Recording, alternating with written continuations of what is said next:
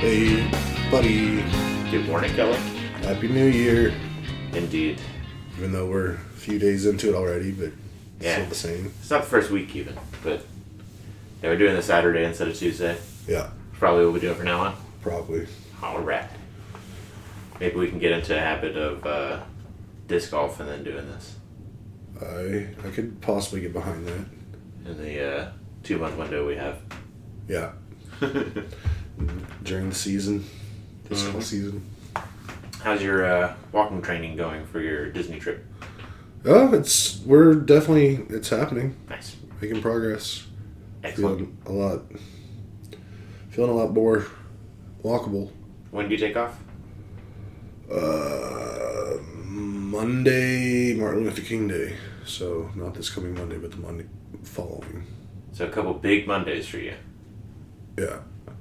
Couple real big Mondays. You know what's at the top of my notes? Yep. Michigan did it. Michigan beat Alabama in the Rose Bowl. Congratulations. It was an ugly game. Michigan, they were just trying to give the game away. So many things they did wrong, but in the end, in overtime, they were able to score decisively, and then the defense just did what the defense does and sent Michigan to the national championship game, which is now 2 days away. So My big takeaway from it was also the Michigan defense. And that, what is anybody going to do about that? yeah, they're this is the first time in a long time where I felt like our offense can really do whatever. The defense is going to save their ass. Yeah. And they have this whole season. Because, Michigan dealt with quite a few injuries to some key players. And it's funny about how in college, they don't have to, disclose injuries and stuff like they do in the pros. So, for the second half, last third of the regular season, our quarterback was hurt. JJ. Yep. J.J. McCarthy. And, Blake Corum was banged up, and even though he now set the single season touchdown record for Michigan, which is pretty wild, because there's been a lot of good players in Michigan. Coming back from a pretty significant injury, right? Super significant. Was it his ACL? Or knee? Yeah, something along those lines. Yeah. To hear McAfee talk about it, he says that Corum doesn't have the straight line or the long speed. Right. When you get out of the situation, now you're trying to run downfield as fast as you can. Right. But that first 5 yards, he's as good as ever. So putting him in the red zone package and the goal line package, just probably better than 50-50. He's gonna get in there. Yeah. So weakly. That's how Michigan scored in overtime against Alabama. In overtime you start at the 25, and literally Michigan ran 2 running plays with Corum, and one went for 7 yards, and then the next one he broke for 18 yards for the touchdown, and was just throwing guys off of him. He's like, get off of me, I'm scoring fucking right now. And he did, and it was real fun. It was a good high drama game.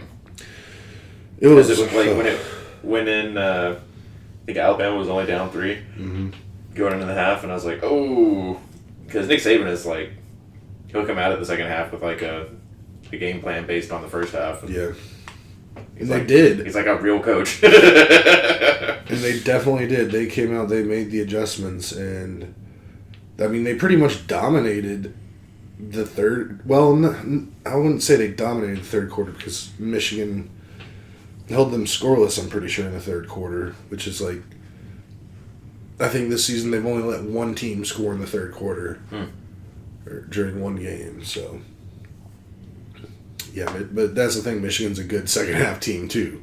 Yeah, they make adjustments, and the real key thing, especially with their defense, is their D line. They have 8 starters basically that they're just constantly just putting in, swapping out, so they don't get that tired because they're always just swapping out and getting some rest, coming back in. It's not like 4 guys the entire game just have to be out there. And that's why they're just so strong and late in the third and in the fourth quarters. The first possession of the game really speaks to that. I think it was like 2 sacks. Yeah, 2 like giant sacks. Yeah, it was. They look big. They look like you think of Alabama looking big. Mm-hmm. And the scheming and coaching is one thing, but yeah, you said it actually at the very beginning of the year that they've got so many like NFL ready players, and definitely it looks like it. Yeah. Like the scheming is one thing, but just having like more physical players that are going to take that football from you. Yeah. Yeah. So, it's real cool the first time Michigan has a chance, or if Michigan can win Monday against Washington, it'll be their first national championship in 25 years, which is wild. It's so long, but I mean, at the same time, unless you're Georgia or Alabama, you're not winning national championships every other year. I didn't know until this week that game's going to be played in Houston. Oh, I've known that forever. Well, because as soon as they said it, my brother was like, if Michigan makes it, I'm going to find a way to go. And I don't know. I'm pretty sure he's found a way. He's found a way. Which it's cool, but it also kind of sucks because like Michigan football's been always such a family affair, and like now he won't be there to watch it, and then now that complicates a lot of things as to how like my dad and I can watch it together. And I hate that it's on a Monday night. Like, yeah, that's pretty rude. Put it on a Saturday night. Yeah. So everybody can watch it, have fun, get really drunk, and then have a day to recover from it. But whatever, I'm not in charge of those things. Definitely the day after the Super Bowl should be a holiday. 1000%. Yeah. That, did you even care to watch the UT Washington game? I mean, I watched a little bit of it, but I was also just really tired and burnt out, and I had to get up real early the next morning, so... no. I mean, as soon as I woke up, I, like, picked up my phone to look at, see who won, but... And then, since then, I've seen highlights and all that fun stuff. It was a nice game, but UT just seemed like a less complete team. Like, I wouldn't have wanted to see UT go up against Alabama or Michigan. Yeah. Washington, their pass game, their offense looks real fun. Yeah. I don't want to make any predictions about how Monday's going to go. Yeah, I'm just happy to be here. Yeah. Cool. Congrats. Yep, thank you. Think we'll watch that game together or what? What? The championship? Or you think you're going to be sequestered with your dad? Or you still got to figure it out? I still got to figure it out. Okay. I mean, and my brother flip-flops on things so fast, like maybe he'll change his mind today and he won't be going, and then definitely be doing a family thing, but yeah, we'll see. Okay. It's the last week of the NFL regular season. Yep. Some pretty big playoff games, specifically Houston v. Colts. Yeah, that's I'm real excited for that game. I'm nervous, but I think we can beat him. I think the ESPN blurb on Houston's path to the playoffs is like, this one's real simple. Just win to the Colts, you go to the playoffs, lose, you don't. Right. And part of the blurb also was like, in a single season, D'Amico Ryans has turned the Texans around from a laughingstock to a playoff contender. Yeah, I mean, it's been a huge turnaround for the Texans. It's been real fun to see, and I'm happy that it's fun to root for them, actually watch the games. Yeah. Just like not go in and just expect to lose every game. I wonder if they'd be in already if C.J. Stroud hadn't missed the last 2 games, or 2 games prior to. I mean, I think they only lost 1 game that he was out, but they probably would have won had he been in that game. Mm-hmm. So, but I mean, injuries are part of football,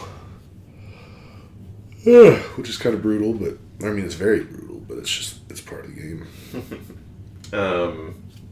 Cowboys are in the playoffs, but I believe if we win and the Eagles win, the Cowboys still win the division. But certainly, if the Eagles lose and the Cowboys win, the Cowboys can take the division, which doesn't. I think maybe to some people doesn't seem like a lot, but it's super important to me in Cowboys Nation to see the Cowboys take the division. Yeah, and then I know the Cowboys won't lose in the first round of the playoffs to the 49ers. Because the 49ers locked that first week bye. Oh, dang. Man, I've been so out of it the last few days. I've just been so disconnected. I didn't realize the Texans-Colts game was tonight. And now that I'm seeing it, I remember that because I remember it being kind of a big deal that this Texans got flexed into a primetime game for the first time the entire season. But damn, that's tonight. I'm going to get closer to the mic. I hope I haven't been quiet this whole time. No, actually, your voice is always louder on the recording than mine. So I usually try to position the mic where it's like the distance between you and me, like a third of the distance from me is where the mic should go, and then there's 2/3 of the distance to you. Cool. Yeah, so you're totally fine. Who does everybody play? Who does Cowboys play? The Commanders. Who does the Eagles? Giants. Eagles and Giants. Yeah, it's all division, so Jags have got to have the other AFC South team. Titans. Oh, dang, I'm going to be at Disney World during one of the wild card round games. How are there 6 wild card round games? That feels like a lot. I don't know. Yeah. But yeah, football. We're going to be at Mammoth tomorrow for at least the first half of the Cowboys game that starts at 3 or 3:30. Which, I don't know what our record is in situations where Ash and I have to miss the first half or the first bit, but there are losses in there. I mean, I'm not going to say anything because I don't want to jinx him, but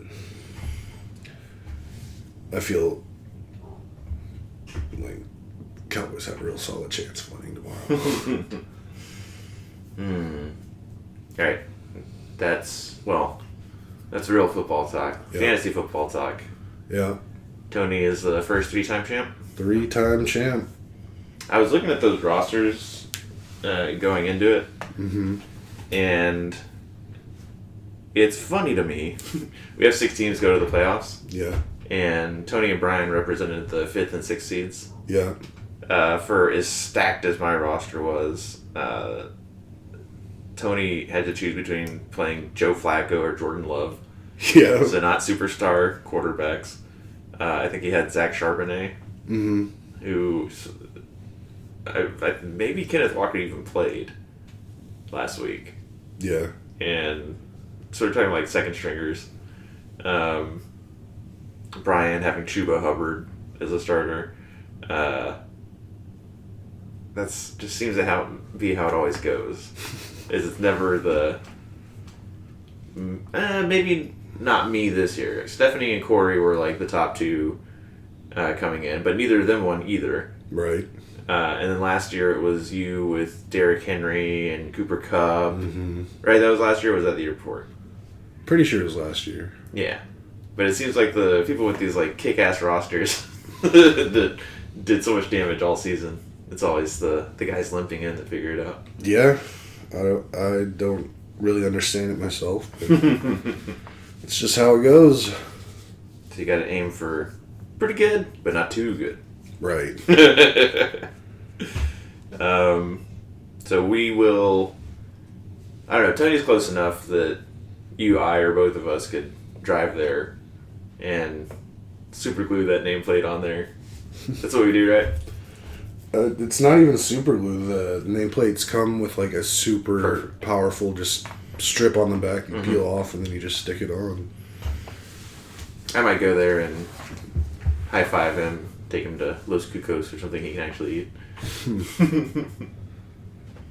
Very cool. Get some pictures. And then we got to schedule the Super Bowl Zoom. Yeah. And then I figured out of the commissioners meeting, we would just schedule all the Zooms so they would just be in place and everybody would know about them well in advance. Yeah. A mid-season one around Halloween, so we can do that one idea you had. Oh, yeah.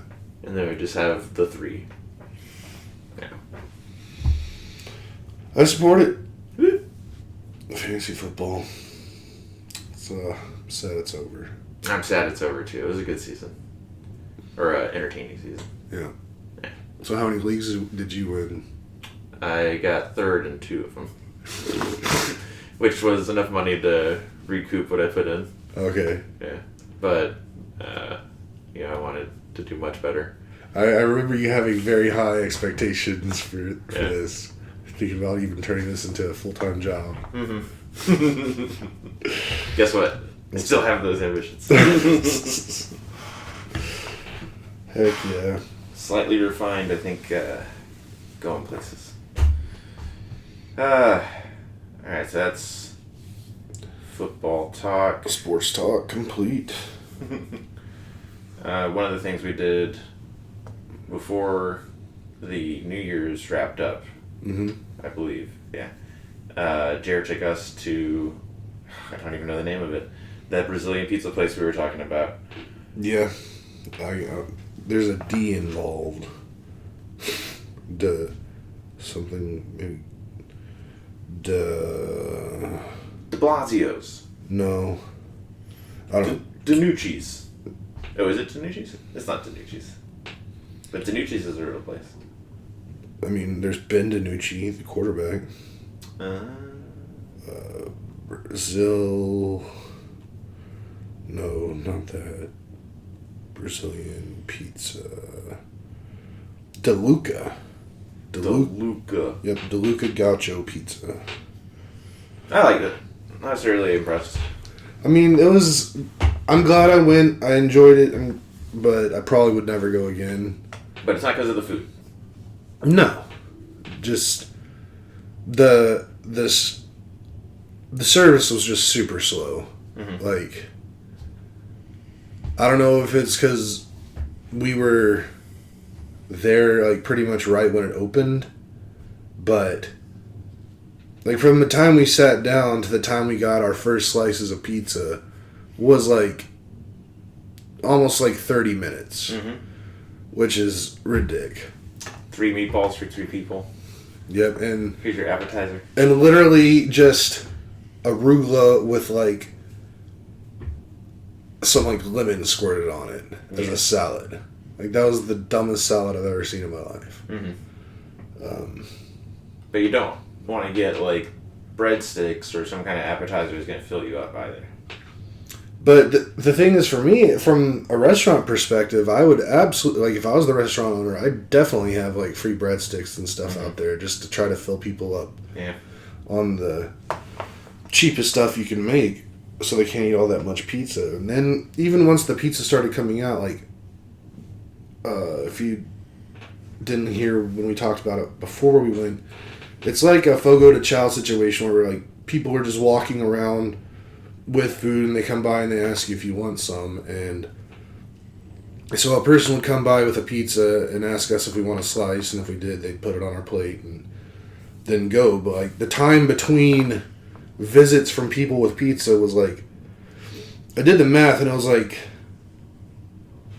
a piece every like 7 minutes or something. And I mean, they're not big pieces either, they're like tasting slices. They're like CC's size slices. No, CC's are a little bigger. Okay. Well, some of them. But there's just, I think the flaw in it, and again, the food was great. Right. But I think the flaw in it is that there's inherently something less cool. I want to say less dignified, but that gives the wrong impression of, when you go to a scuteria or whatever the Brazilian steakhouses are, you got a dude, and he's, the long sleeve, the appropriate attire. But the cool thing about him is he's walking around with this big contraption of meat, and he gets to slice it off with this cool knife, and it's giving off heat and all of that. And they're trying to port that over one for one with a guy coming over with a thing of pizzas. And it's just not as cool. It's not the same. Yeah. And it is like when you get that slice of filet mignon or lamb or whatever it is, you got to fork and knife that into your mouth. So it does take time. But the pizza, like, here's your one slice of pizza, or maybe two. But then you're just scooping it up and shoveling it into your mouth. And yeah, they were like 2-bite yeah. slices. Like, 2 for you, but yeah, I get it. It's got, you pick it up and then it's gone before you put it back down. It's not like the amount of time and effort that it takes you to cut up meat. Yeah. Yeah. And also, like a Brazilian steakhouse, not all the cuts are things that you want. I'd probably bat out like a dozen different types of pizza, and they weren't all for you. Right. So, in those times, people coming around, like, it'd been a few minutes and still so hungry and just waiting for a pizza, and then one would come and it's one I can't eat, and then it's just, golly, now how much longer do I have to wait? But again, I'm glad I did it. I got in this trap of I was willing to eat any of the pizza. Like, I wasn't like, oh, I don't want that. Right. But I got to a point where I couldn't say no. Yeah, that was really funny for me. I started getting so full, and there were pizzas that I was like excited to come out, and then like pizza started making their second rounds, and this is a dumb wiring thing in my head, but I couldn't say no because they were like offering food, and you're there to eat food, and they're offering, so you say yes. And then the dessert pizzas start coming around. Yeah. And then it goes from being like, oh, pizza is like 50% bread, so it's kind of filling, to now it's that, plus it's so rich. Yeah. What was that one pizza that Jeremy keeps talking about that was caramel and cheese?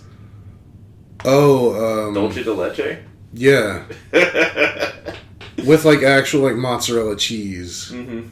I mean, I had one of those too, and honestly, it was way better than I thought it would be. Delicious, but so much. Yeah. Like 3 of those slices, especially for whatever reason, I kept getting like these big fat slices. Yeah, they were giving Nathan the largest slices of the pies, and they were giving me the smallest pieces of the pies, and Jeremy was getting like medium-sized pizza pieces. But just 3 of those Dolce de leche slices that I was getting, like that's a whole thing on its own. Like, it's too much. And then, yeah, had that. The one I liked a lot was that guava, as far as the dessert pizzas. Yeah. I've been thinking about it since, man. It was really delicious and not something that you encounter very often. Yeah, I'm very anti-guava, but I'm happy that you enjoyed it. Mm-hmm. But it's, I would take, like, my brothers there. Because maybe with the exception of Justin, I know Josh and James are still in like, let's find out, let's push the limits, push the envelope of how many fat, carbs, and protein you can stuff in yourself. Yeah. But, yeah, then a couple days later, Jeremy and I went to Cece's. Just for the comparison. And it wasn't the original plan, right? You went there to get something else? Yeah, we were going to, I think, Whataburger. Mm-hmm. But then as we were pulling in, Jared was like, you want to go to Cece's? And I was like, well, I kind of always want to go to Cece's. Did you guys feel wrecked after the Brazilian place? No. I think if I hadn't had those 2 drinks, I might have. But I think that really settled my tummy. Yeah. Yeah, I didn't feel too bad at all. But I mean, that was part of it. Like, at that Brazilian place, I couldn't get as full as I probably could at a Cece's just because At CC's, you can go in within 2 minutes walking in the door. You're sitting at a table with a plate and 8 slices of pizza on it already, and within 10 minutes, you're getting a second plate of pizza, and within 20 minutes, you ate more than you ever should have. And this whole thing is getting in as many as you can in the first 20 minutes, because then your body starts to tell itself, like, I'm pretty sure something's happened. Yeah. Something dramatic has happened. We might need to turn things off. But at the Brazilian place, like, in 20 minutes, you're lucky to have had 3 slices of pizza. Yeah. Yeah. Which is, I mean, it's good, like, to just enjoy tasting pizza without wrecking yourself. But again, wrecking yourself is kind of fun sometimes. Yes. And that was the 27th, I think. I don't know. It feels like a year ago. It's Tuesday. Thursday, Laura, Ashley's mom, came over. We were supposed to go do a Christmas thing, but then that ended up getting canceled because of COVID, which I guess is still a thing that happens. Yeah. But it's a blast having Laura over. I always say I won the mother-in-law lottery. Got to feed her, drank some whiskey together, and Camo, her dog, we've babysat Camo before, but it's nice having a dog underfoot in the house again. Yeah. Yeah. So that was a good time. And then Ash and I had our anniversary. Yep. Whoa, that's funny. Did you hear both of my knees pop? Yes. I was just like spinning in my chair. I bet the mic picked up on it too. Ash and I both messed up our shoulders recently, and both of our right shoulders, and getting all kinds of weird popping. Mm-hmm. Not great. Yeah. Just getting older. Mm-hmm. I sent something to Justin and Josh that was like, if Back to the Future was shot today, Marty McFly would go back to 1993. That was the meme. Mm-hmm. And then I said, "You old fucks."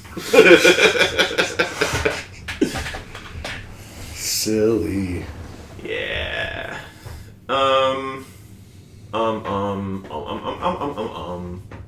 Anniversary.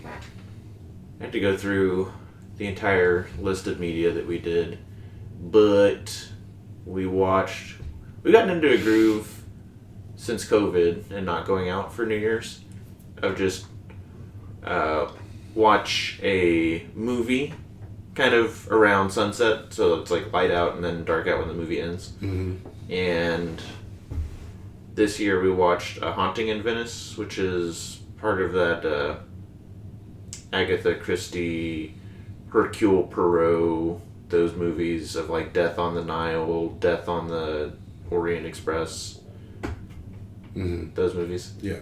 And stellar movie. I have an issue with it, but I don't want to say what it is for the sake of spoilers. But other than that issue, solid. If they had done this thing I have an issue with the way I wish they had done it, it'd be like a 10 out of 10. But it's like a 8.5, 9 out of 10 because of this one thing. This one thing. But that was great. And then comedy specials. Mm-hmm. And Your Mom's House, Tom Segura, Christina Pazisky. Yep. They've been doing a pretty good job of doing content that is out for New Year's. Uh-huh. And usually that's been the YMH Live, where they do like the Your Mom's House podcast and bring a person on and do it just like they would, but it's like live. Right. And with an audience oftentimes. And like usually with a musical bit and then like a produced bit, like SNL has like skits that they do prior to, and then they air those in studio and to all of us while they get ready for the next skit they're going to do live. This year it was like 100% produced, and it was a 60 minutes ripoff. Mm-hmm. But it was like 69 minutes. Yeah. We watched that. We watched Atsuko. Butchering her name. But comedian with a funny name that is going to be the first return when I type in ATSU. Atsuko Akatsuka. Atsuko Akatsuka. That was a great special. We started the Mike Birbiglia one, which is the old man in the pool. And Mike Birbiglia, are you familiar with him as a comedian? I don't think so. All of his stand-ups are like this, where it's... The part that you love about it is that it's, like, highbrow. Like, it's real good and, like, philosophical at times. Yeah. But then this specific one was about, like, him dealing with getting old and having a child and mortality and all that. So we actually just, like, cut it off after, like, 2/3.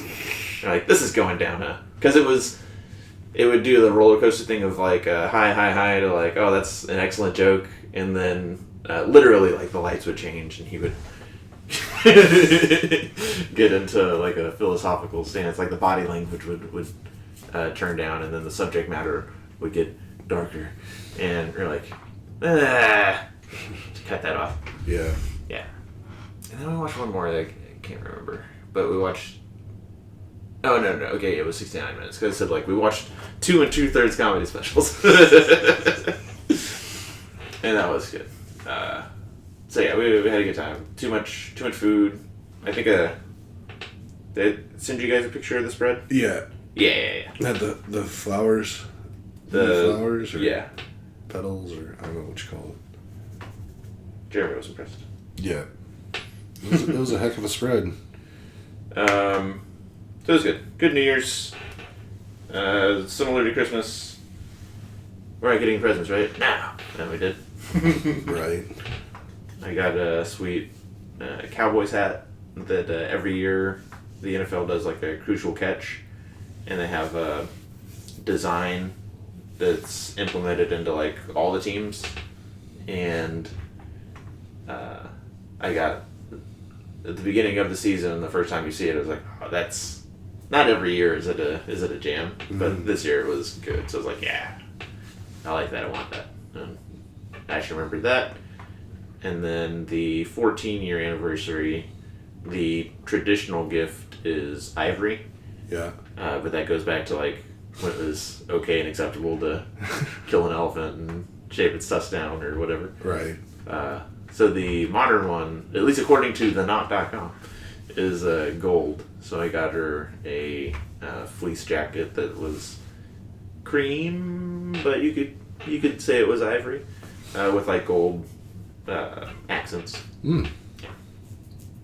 Yeah. Well, that's fun. Mm-hmm. I think they ended up being like the exact same price for each, so they did good there. But yeah, just we're however many days into year 15. 6 days.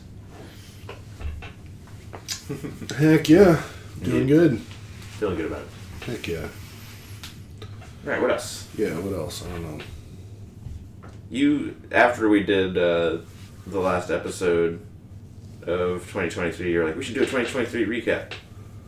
Oh, I completely forgot about that. Do you have a favorite thing of the year that you wanted to talk about?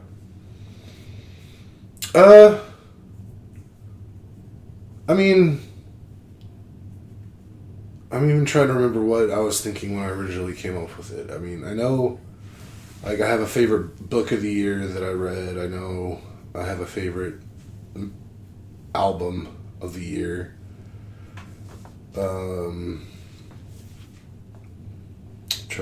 I guess I have possibly a favorite TV show of the year. Mm-hmm. Do I have a movie? I mean, it's not from this year, or from 23, but I discovered it in 23, which I could probably say that. Spit it all out. I'm going to think of stuff while you talk. Okay, so my book of the year was Project Hail Mary. What is this? I thought you read it too. I know Ashley did. Sci-fi book written by the same guy that wrote The Martian. About this, there's something going on in the universe that's like eating suns, and humanity is like gonna die if they don't figure something out, and they send this like one-way trip with like 3 smart people from Earth to try to go like stop it. It was really, really good. I don't want to spoil anything. But it's called what? Project Hail Mary. Okay. Yeah, Ash gets into a lot more stuff than I do. Yeah, I know she read it. That was my book of the year. Album of the year was "Take Me Back to Eden" by Sleep Token. Just discovered Sleep Token this past year, and from this album, and I think there's like one song that I don't think is just 1,000% banger, but it's still good for what it is. But it's just, I don't know, something about the whole album just really speaks to me. And I even bought the vinyl for it. Got it downstairs, and that's fun. Nice. Favorite TV show of 23, and again, this is just me discovering it in the year, not necessarily it's the year that it's coming out. But it's kind of like a tie, but they're kind of related, and that's Yellowstone / 1883 or whatever it's called. Yellowstone was a big deal for you. Yeah, got real big into my cowboy phase, which then made me want to play Red Dead Redemption, which was my game of the year, 2023. But both those shows just really, I mean, again, I would not recommend Yellowstone to everyone, but I think 1883 everybody could watch and enjoy. It's just a one season, one and done, and you know that at the beginning, so it's not like you're like, oh, I thought there was gonna be more, and there wasn't. Like, you know, it's just one season. It's just really, really good. Movie of the year was Cutaway. Again, old movie, but I just discovered it for the first time, and I know we already talked about it on the podcast before. Because I made y'all watch it on my birthday, I think, and I watched it, like, when I discovered it, I watched it, like, 4 times within 2 days or something like that. Just a really, really good movie for me. And, I guess, other than that, favorite, I guess, item that I received or got last year is the Logitech Flight Yoke system to use with, to play Flight Simulator with, and it's ridiculous how lifelike it is. Whenever I first used it, when I got it, it just took me right back to when I was taking pilot lessons back in my teenage years, and it just felt so familiar. It was really cool. So Love to hear that. I guess those were my favorite things of 2023. What did I got a book, I got an album, I got a show, I got a movie, I got a game, and I got a item. So that was pretty solid. I just pulled that off the top of my head. Definitely I could do movie, and that would have to be Fast 10, which was closer to the beginning of the year. Yeah. But we built up so much to it, you know? Right. And I actually liked the movie itself. Especially because we had watched, like, all of the previous movies. And had my favorite moment. And they were definitely earlier on in the series of things we watched. Yeah. But yeah, I thought Fast 10 had a lot of redemption. I honestly forgot that was last year. I probably would have said that too. But then when I'm looking at all these TV shows and movies that came out, there's definitely more that I wanted to watch than I meant to watch. I think probably favorite show being exposed to in 2023, probably Abbott Elementary. Ash and I got real into that. I think there were previous seasons. I'm not sure like when the show started, but we watched all of it in 2023.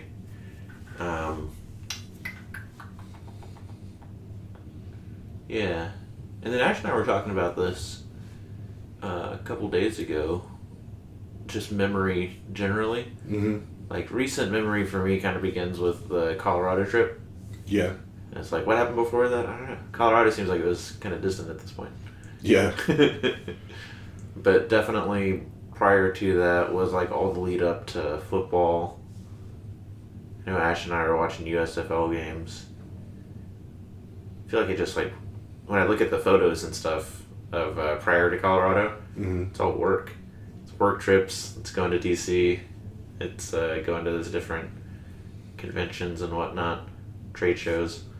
Not a lot of pictures of movies. We didn't get. I don't think we got a snowpocalypse or a terrible winter this year. I mean, yeah, we did. All the trees died.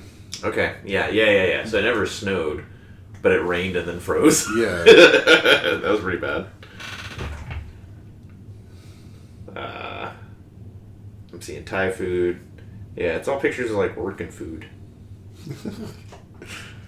I mean, well, how often do you take pictures of a movie or a Yeah. TV show? It's just hard to keep track of what's going on. There's some good things in here with me and Ash, though. Apparently I made cookies at some point. I thought I hadn't made cookies since last Christmas. Okay, here's something. The Always Sunny podcast, where they were going episode by episode from like the very beginning into the present. They stopped doing it, and they haven't done it in months, but that was hilarious for me to get into. So if you like Always Sunny and want to get the podcast version of that, I highly recommend that.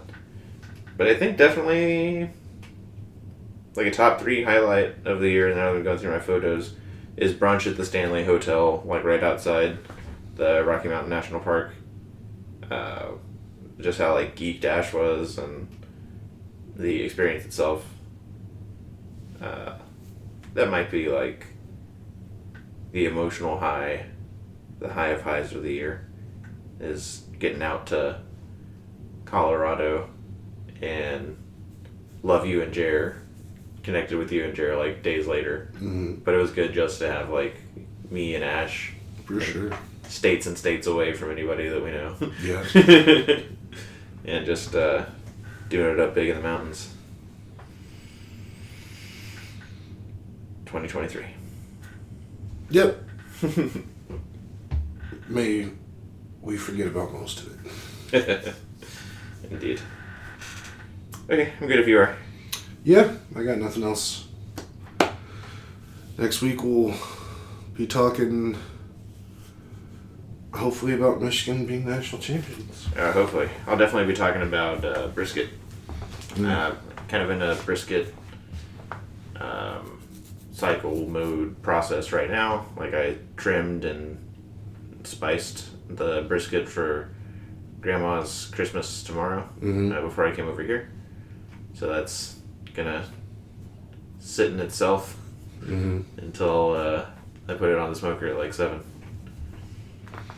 Heck yeah. And then Texans Colts tonight, 7:15. Let's go. Good luck, Texans. Yep. Alrighty. If you made it to the end, we love you. Don't forget to like, subscribe, hit the notification bell. And happy 2024. Love you guys. Good luck in 2024.